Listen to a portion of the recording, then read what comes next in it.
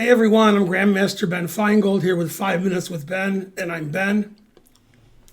Clutch chess ended yesterday, and there was a game between Magnus Carlsen and Fabiano Caruana, which got to this interesting endgame. White's a pawn up, and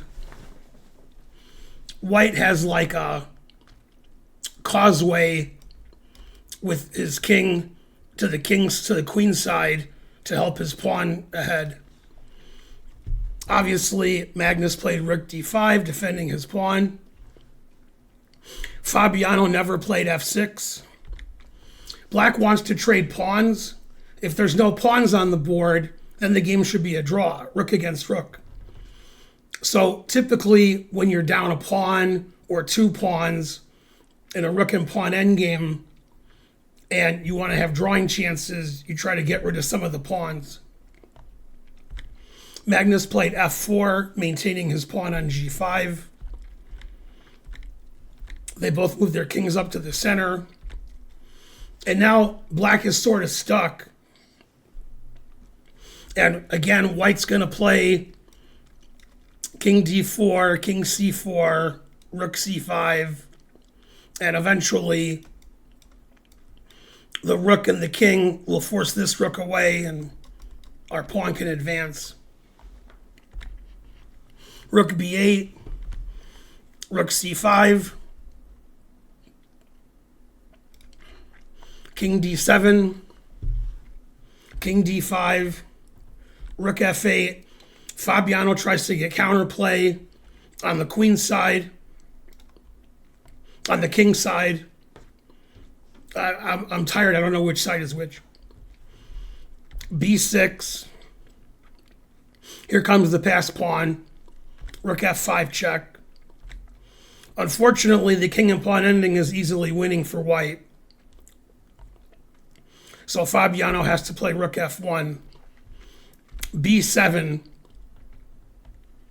Now, black has two moves that make sense. He played rook c1 check.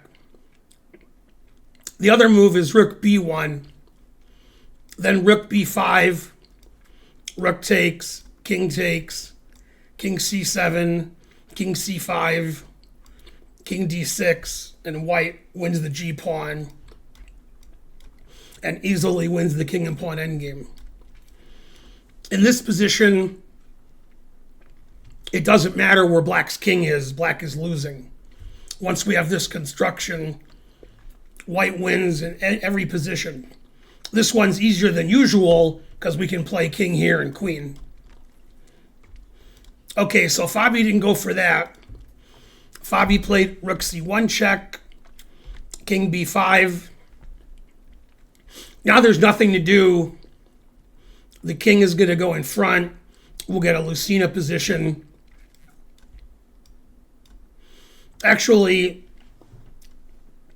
don't even need to move the king in front. We can block with the rook and win. Or wait, does that win?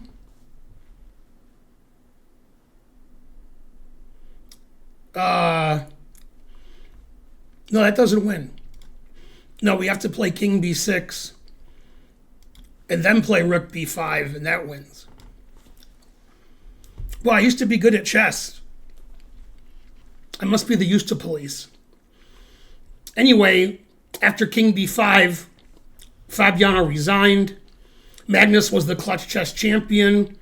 He won his first 4 games on the last day.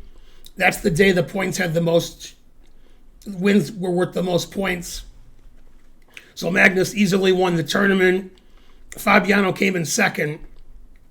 Just to tell you what kind of great prizes there were, Fabiano won more money for second than he did in the U.S. Championship. In fact, Gukesh came in last, and he won more money coming in last than Fabi did in the U.S. Championship, winning the U.S. Championship. So the clutch tournament, they had clutch prizes. So pretty good prizes. Magnus ended up winning $170,000. Pretty good for 3 days. I'm Grandmaster Ben Feingold. Please like and subscribe and leave a comment. And I'll see you guys next time with more 5 Minutes with Ben. Bye.